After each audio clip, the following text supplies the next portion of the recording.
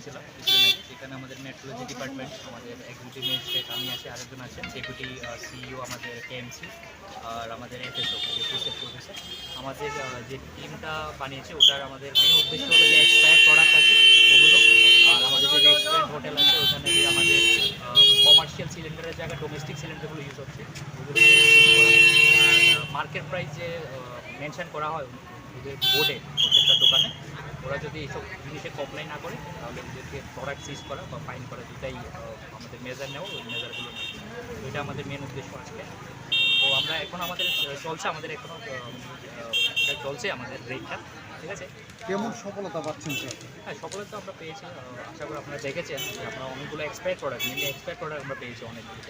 আর সবচেয়ে কনসার্নিং যে ইস্যুটা ছিল, বেকারিতে একটা এক্সপায়ার্ড যে সিনথেটিক ফুড কালার থাকে, হ্যাঁ ওটা অলরেডি ইউজ করছিল ওরা গত 5 মাস ধরে।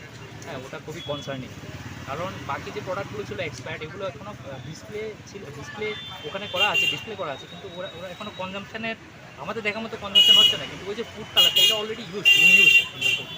গ্রাহকদের জন্য কি বার্তা দিবেন?